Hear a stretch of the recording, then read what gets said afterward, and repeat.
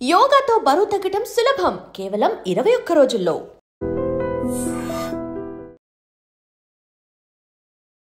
నమస్తే, welcome to I dream talking point with కవిత.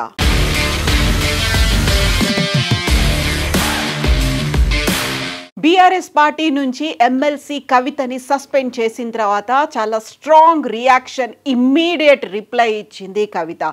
తనని party నుంచి సస్పెండ్ చేసిన తర్వాత ఆ బీఆర్ఎస్ పార్టీకి ప్రాథమిక సభ్యత్వానికి తను రాజీనామా చేస్తున్నట్టుగా ప్రకటించింది. ఎట్ ద సేమ్ టైం తను ఏనాడు పదవుల కోసం పాకులాడలేదు అంటూ ఎమ్మెల్సీ పదవికి కూడా రాజీనామా చేసింది. తను పార్టీ సభ్యత్వానికి రాజీనామా చేసినటువంటి లెటర్ని మనం ఇప్పుడు చూస్తున్నాము. కల్వకుంట్ల చంద్రశేఖరరావు గారు, అధ్యక్షులు, భారత రాష్ట్ర సమితి పార్టీ ప్రాథమిక సభ్యత్వానికి రాజీనామా, భారత రాష్ట్ర సమితి ప్రాథమిక సభ్యత్వానికి నేను రాజీనామా చేస్తున్నాను, నా రాజీనామాను ఆమోదించగలరని విజ్ఞప్తి చేస్తున్నాను, మీ విధేయురాలు కల్వకుంట్ల కవిత అనేది ఒక లెటర్. అయితే స్పీకర్ ఫార్మాట్లో ఏదైతే ప్రొసీజర్ ఉంటుందో దాన్ని బేస్ చేసుకునే తన లెటర్ హెడ్ మీదే మండలి చైర్మన్ కూడా తన లెటర్ రాసింది. To the chairman Telangana legislative council Hyderabad, I here by tender my resignation of my seat in the house with effect from 3rd September. అంటే ఈ రోజు నుంచి తను ప్రాథమిక సభ్యత్వానికి కూడా రాజీనామా చేసింది. తను ఏనాడు పదవుల కోసం పాకులాడలేదు, ఉద్యమం నుంచే వచ్చాను, తిరిగి ఉద్యమంలోకే వెళ్తానేమో అంటూ పదవులకు రాజీనామా చేసినట్టుగా అనౌన్స్ చేసింది. బట్ అక్కడ ట్రబుల్ షూటర్నే టార్గెట్ చేస్తున్నట్టుగా బాంబుల వర్షం కురిపించింది.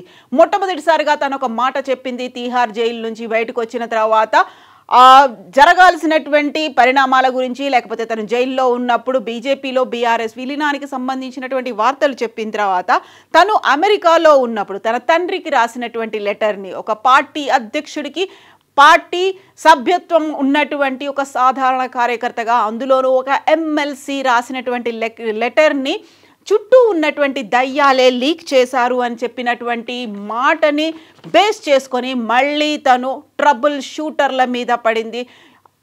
ట్రబుల్ షూటర్ 6 అడుగుల బుల్లెట్టు అంటూ మాజీ మంత్రి, ప్రస్తుతం శాసనసభ్యులు హరీష్ రావుని టార్గెట్ చేస్తూ తను మాట్లాడింది. వరుస బాంబులను అయితే కురిపించింది. తనను బలి చేశారు, బలి పశువుని చేశారు. ఉరి తీసే ముందు కూడా తనకి సంబంధించి చివరి కోరికో లేకుంటే చివరి మాటను అడుగుతారు తప్ప తనను ఆ మాట కూడా అడగకుండా పంపించేశారు. కుట్రలు జరుగుతున్నాయి. పార్టీ విచ్ఛిన్నానికి కుట్ర చేశారు. ఇప్పుడు పార్టీ విచ్ఛిన్నమైంది. పార్టీని కాజేసుకోవాలని చూస్తున్నారు, హస్తగతం చేసుకోవాలని చూస్తున్నారు.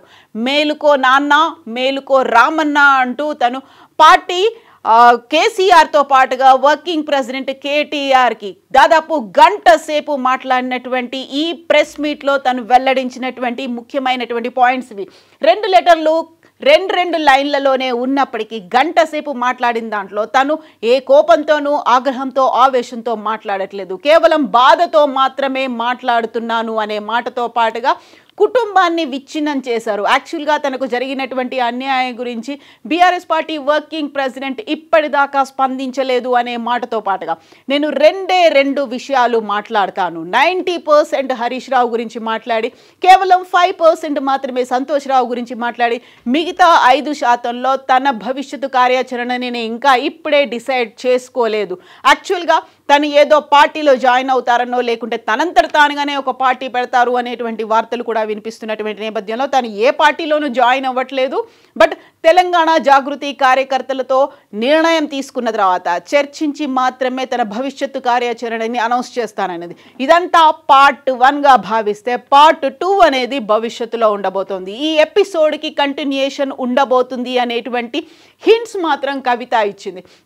యాక్చువల్గా ఈ మొత్తం ఎంటైర్ ఎపిసోడ్లో ట్రబుల్ షూటర్ కాదు, అతనే ట్రబుల్ మేకర్, తను బబుల్ షూటర్ అంటూ హరీష్ రావుని టార్గెట్ చేసింది. ఆయన చేసినటువంటి వ్యవహారం వల్లే, ఆయన చర్యల వల్లే జగ్గారెడ్డి మొదలు ప్రస్తుతం పార్టీ నుంచి విడిపోయినటువంటి, బయటికి వెళ్ళినటువంటి ఈటెల రాజేందర్, వీరందరినీ కూడా పార్టీ బహిష్కరించడానికి కారణమే హరీష్ రావు. తనని పార్టీని హస్తగతం చేసుకోవాలనే కుట్రలు పండుతున్నాడు అంటూ దయ్యాలు వేదాలు వల్లించినట్టుగా, ట్రబుల్ మేకరే ట్రబుల్ షూట్ చేస్తున్నట్టుగా ఈ మొత్తం వ్యవహారంలో ఒక మ్యాచ్ ఫిక్సింగ్ జరిగింది అనే దాంతో పాటుగా ఇంటర్నల్ అండర్స్టాండింగ్ అనేది కూడా ఉంది. సీఎం రేవంత్ రెడ్డికి హరీష్ రావుకి మధ్యలో ఇంటర్నల్ అండర్స్టాండింగ్ ఉంది, మ్యాచ్ ఫిక్సింగ్ జరిగింది. దానికి సంబంధించి తీసుకోవాల్సినటువంటి చర్యలు అనేది పార్టీ ఎందుకని తీసుకోలేదు? తను పార్టీ పెట్టిన దగ్గర నుంచి 20 ఏళ్ల నుంచి పార్టీలోనే ఉన్నాను అంటూ తన ప్రెస్ మీట్ని కంక్లూడింగ్ వాయిస్లో కూడా జై తెలంగాణ, జై కేసీఆర్ అనే మాటలే చెప్పింది తప్ప నేను ఇప్పుడు ఏ పార్టీలోనూ జాయిన్ అవుతున్నాను అనేటువంటి మాట చెప్పలేదు. తనంతట తానుగా ఒక పార్టీ పెడుతున్నాను అనేటువంటి మాట కూడా చెప్పలేదు. నికార్స్ అయినటువంటి తెలంగాణ బిడ్డగా తనని తాను చెప్పుకుంటూనే పార్టీకి ఉన్నటువంటి ఇంటర్నల్ థ్రెట్ గురించి ఫోకస్ పెట్టాల్సినటువంటి అవసరం ఉంది అనే మాటని కవిత చాలా క్లియర్గా మెన్షన్ చేస్తూ వచ్చారు. యాక్చువల్గా కవితకి సంబంధించి తను పార్టీ వ్యతిరేక కార్యకలాపాలకు పాల్పడుతుంది అనేటువంటి ఒక స్టేట్మెంట్తోనే బీఆర్ఎస్ పార్టీ తనని సస్పెండ్ చేసింది. అందులో తను తిహార్ జైలు నుంచి బయటకు వచ్చిన తర్వాత, బెయిల్ మీద బయటకు వచ్చిన తర్వాత టిల్ డేట్ తను సాగించినటువంటి పోరాటాలు, చేసినటువంటి నిరసన కార్యక్రమాలు, రౌండ్ టేబుల్స్ ఏవేవి ఉన్నాయో వివరిస్తూనే వాటన్నిటిని పార్టీ లైన్ నేను ఎక్కడా దాటలేదు అనే మాటను కూడా చెప్పుకుంది. అది కూడా తెలంగాణ భవన్ సాక్షిగా నా మీద కుట్ర జరుగుతోంది అనే మాట చెప్పినప్పుడు కూడా బీఆర్ఎస్ వర్కింగ్ ప్రెసిడెంట్ రామన్న ఎందుకు స్పందించలేదు అనే మాట. ఎట్ ద సేమ్ టైం దీంట్లో ఎమోషనల్ యాంగిల్ కూడా కనిపించింది. పార్టీ విచ్ఛిన్నమైపోయింది, అమ్మకి నేను దూరమయ్యాను అనేటువంటి మాట. ఒకవైపు నాన్న రామన్న అంటూనే అమ్మతో కూడా తనకున్నటువంటి సెంటిమెంట్ని, ఎమోషనల్ బాండ్ని కవిత షేర్ చేసుకున్నారు. ఇంత జరిగినప్పుడు అమ్మని కూడా కలవనీయని పరిస్థితి ఉంది, అమ్మ దూరమైంది అనేటువంటి భావన ఉంది అనే మాట కవిత కూడా చెప్పారు. బట్ ఈ మొత్తం వ్యవహారంలో మెయిన్ ఒక పర్సన్ ఉన్నారు. ఈ విచ్ఛిన్నానికి సంబంధించి కుటుంబం అయితే తను కావాలనుకున్నట్టుగా ఒక లక్ష్యం అయితే నెరవేరింది. ఒక నాన్న, ఒక అన్న, ఒక చెల్లి, ఒక అమ్మ. అందులో చెల్లిని పంపించేశారు. పార్టీని హస్తగతం చేసుకుంటే నాన్న అండ్ రామన్న మీరు కూడా జాగ్రత్త, మేల్కోండి అనేటువంటి మాట. జాగ్రత్త పడండి, నేను ఒక అలర్ట్ చేస్తున్నాను, ఒక కాషన్ ఇస్తున్నాను. దీంతో పాటుగా కుమ్ముక్కయ్యారు. అటు కేంద్రంతో కావచ్చు, ఇటు రాష్ట్ర ప్రభుత్వాలతో కావచ్చు కుమ్ముక్కయ్యారు అనే మాటని హరీష్ రావు కేంద్రంగా బాంబుల వర్షం కురిపించింది. ట్రబుల్ షూటర్ మీదే గన్స్ ఎక్కుపెట్టి కవిత మాట్లాడింది. ఇక సంతోష్ రావుకి సంబంధించి సంతోష్ రావు ఒక బినామీ లాగా వ్యవహరిస్తున్నారు. విపరీతమైనటువంటి డబ్బులు సంపాదించాడు, అటు అడవుల పేరుతో కూడా తనకి అనుగుణంగా జీవోలు తెచ్చుకున్నాడు అనేటువంటి మాటతో పాటుగా అన్ని డబ్బులు ఎక్కడి నుంచి వచ్చాయో ఒక రకంగా సిస్టమ్స్ని మేనేజ్ చేయడమే కాదు, ప్రభుత్వాలకి సంబంధించి కూడా వాళ్ళకి లోపాయికారంగా ఒక లాబీయింగ్ చేసుకునేటువంటి ఫెసిలిటీస్ కూడా ఉన్నాయి అనేటువంటి మాటని క్లియర్గా చెప్తూనే తను ప్రాథమిక సభ్యత్వానికి అలాగే ఎమ్మెల్సీ పదవికి రాజీనామా చేసినటువంటి కవిత ఈ ఎపిసోడ్ కంటిన్యూ అవబోతోంది అనేటువంటి మాటను కూడా చెప్పింది.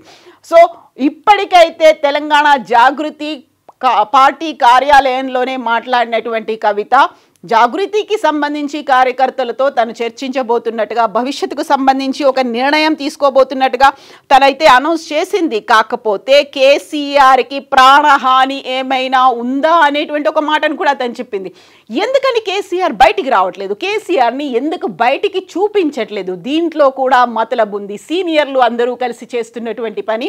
కేసీఆర్కి నేను ప్రాణహాని, యాక్చువల్గా నా ప్రాణం పోయినప్పటికి కూడా కేసీఆర్కి హాని జరగాలని నేను కోరుకోను, నాకు ఎందుకంత కోపం ఉంటుంది, ఇది కేవలం బాధ మాత్రమే, కేసీఆర్ ఆరోగ్యాన్ని కాపాడండి అనేటువంటి మాట. అందువల్లే కేసీఆర్ బయటికి రాలేకపోతున్నారు. తరచుగా ఈ మధ్యన హాస్పిటల్స్ చుట్టూ తిరుగుతున్నారు, బోల్డని టెస్టులు అవుతున్నాయన్నప్పుడు ప్రతిసారి కేసీఆర్ ఆరోగ్యానికి ఏమైంది అనేటువంటి ఒక డౌట్ ప్రతి ఒక్కరికి కనిపించేది. ఇప్పుడు అదే మాటని కవిత కూడా చెప్పింది. కేసీఆర్ ఆరోగ్యాన్ని కాపాడండి, ప్రజా సమస్యల్ని తెలుసుకోండి, జాగ్రత్తగా ఉండండి. 6 అడుగుల బుల్లెట్ గాయపరుస్తుంది. ఫస్ట్ బాధితురాలుగా నేను మిగిలాను, నెక్స్ట్ టార్గెట్ టర్న్ మీదే అవబోతోంది. పార్టీని కంప్లీట్గా హస్తగతం చేసుకుంటారు, మిమ్మల్ని బయటికి పంపిస్తారు. ఇప్పటిదాకా జగ్గారెడ్డి మొదలు విజయశాంతి కావచ్చు, రఘునందన్ రావు కావచ్చు, ఈటెల రాజేందర్ ఇలాంటి వాళ్ళందరూ కూడా పార్టీకి దూరం అవ్వడానికి ప్రధానమైనటువంటి కారణం హరీష్ రావు అని చెప్పినటువంటి కవిత కీలకమైనటువంటి వ్యాఖ్యలు, ఒక బాంబుల్ లాంటి స్టేట్మెంట్లను అయితే ఇచ్చింది. మరి ఇప్పటికీ బీఆర్ఎస్ పార్టీ అయితే స్పందించలేదు. యాక్చువల్గా పార్టీకి కాంగ్రెస్ చేస్తున్నటువంటి హాని కంటే, కాంగ్రెస్ నుంచి వస్తున్నటువంటి వ్యతిరేకత కంటే పార్టీలోనే సభ్యురాలు అలాగే కేసీఆర్ కూతురు ఎమ్మెల్సీ అయినటువంటి కవిత వల్లే డేంజర్ ఎక్కువగా ఉంది, ప్రమాదం ఎక్కువగా ఉంది కాబట్టి సస్పెండ్ చేశారు అని పార్టీ సీనియర్లు చెప్తున్నప్పటికీ తను లేవనెత్తినటువంటి వ్యాఖ్యలు ఏదైతే పార్టీలో ఉన్నటువంటి సీనియర్లు, అందులో పర్టికులర్గా హరీష్ రావు, సంతోష్ రావు గురించి చెప్తూనే నాన్న మీద ఉన్నటువంటి ప్రేమను కూడా మరోసారి మళ్ళీ తను అదే ఎమోషన్ని టచ్ చేసింది కవిత. నాన్న దేశంలోనే one and only CM, number 1 CM. అక్కడ ఉన్నటువంటి బీసీల గురించి మాట్లాడారు, బీసీల గురించి పోరాటాలు చేశారు. అయితే అనుకున్నంతగా జరగాల్సినటువంటి న్యాయం జరగలేదు కాబట్టి సామాజిక తెలంగాణ గురించి నేను మాట్లాడాను. బంగారు తెలంగాణ మీరు కావాలి అనుకుంటున్నప్పుడు ఇలాంటి వ్యక్తులు, ఇలాంటి లీడర్ల వల్ల బంగారు తెలంగాణ ఎలా సాధ్యమవుతుంది అనేటువంటి మాట కూడా కవిత చెప్పారు. కాబట్టి అక్కడ తను చేసినటువంటి పోరాటాల గురించి చెప్తున్నారు. ఎట్ ద సేమ్ టైం కుటుంబంలో ఉన్నటువంటి అనుబంధం గురించి చెప్తున్నారు, తను మిస్ అవుతున్నటువంటి వ్యక్తుల గురించి చెప్తున్నారు, నాన్న గురించి, రామన్న గురించి, అమ్మ గురించి కూడా మాట్లాడుతున్నారు.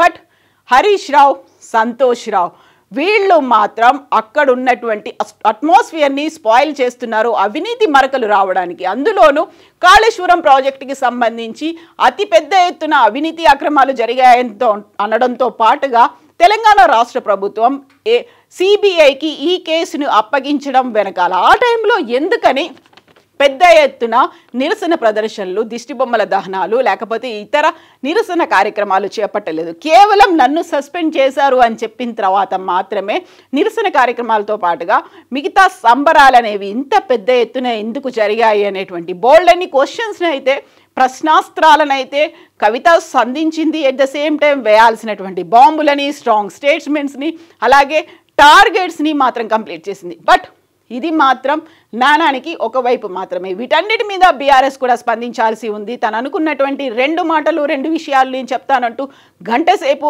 తనలో ఉన్నటువంటి బాధనంతా వెళ్ళగక్కినటువంటి కవిత తనకి ఎలాంటి కోపం లేదంటుంది, మేలుకోవాల్సినటువంటి అవసరం ఉంది అనేటువంటి మాటను మాత్రం ప్రతిసారి పదే చెప్పింది. కుటుంబం విచ్ఛిన్నం అయిపోయిన తర్వాత పార్టీని హస్తగతం చేసుకుంటారు. ఎవరి చేతుల్లో అయితే పార్టీ పురుడు పోసుకుందో వాళ్ళ చేతుల్లోనే పార్టీ లేకుండా చేసే ప్రయత్నం. ఒకవేళ 2023 ఎన్నికల ఫలితాలు కనుక అటు ఇటు అయితే హరీష్ రావు తనకంటూ ఒక వర్గాన్ని, తనకంటూ ఒక ఎమ్మెల్యేల గ్రూప్ని ఏర్పాటు చేసుకునే ప్రయత్నాలు చేశారు. వాళ్ళకి తన ఫండ్స్ను కూడా ఇచ్చారు. యాక్చువల్గా కాళేశ్వరంలో అవకతవకలు జరగకపోతే అంతమంది ఎమ్మెల్యే క్యాండిడేట్లకు ఆయనంతటా ఆయనగా తన డబ్బుల్ని ఎలా ఇస్తాడు? బోల్డెన్ క్వశ్చన్స్ ఉన్నాయి. అయితే వీటి మీద స్పందించడానికి ప్రస్తుతం హరీష్ రావు అయితే తెలంగాణలో లేరు. తన కూతురు కాలేజ్ అడ్మిషన్ కోసం యూకేకి వెళ్ళారు. అసెంబ్లీలో కాళేశ్వరం గురించి మాట్లాడినటువంటి అదే రాత్రి బయలుదేరినటువంటి హరీష్ రావు ఆ తర్వాత ఇమ్మీడియట్గా జరుగుతున్నటువంటి పరిణామాలు, కాళేశ్వరం అర్ధరాత్రి, సండే అర్ధరాత్రి 2 AM వరకు కూడా కొనసాగింది. తను యూకేకి బయలుదేరి వెళ్ళారు. ఆ తర్వాత కవిత సస్పెన్షన్ జరిగింది. ఆ తర్వాత కవిత ఇలాంటి బాంబుల్ని ప్రయోగించింది, విమర్శనాస్త్రాల్ని ఎక్కుపెట్టింది. ఇప్పుడు హరీష్ రావు స్పందిస్తారా, లేకపోతే హరీష్ బదులుగా మిగతా లీడర్లు స్పందిస్తారా? బీఆర్ఎస్ పార్టీ అధికారికంగా ఒక ప్రకటన చేస్తుందా అనేది చూడాలి.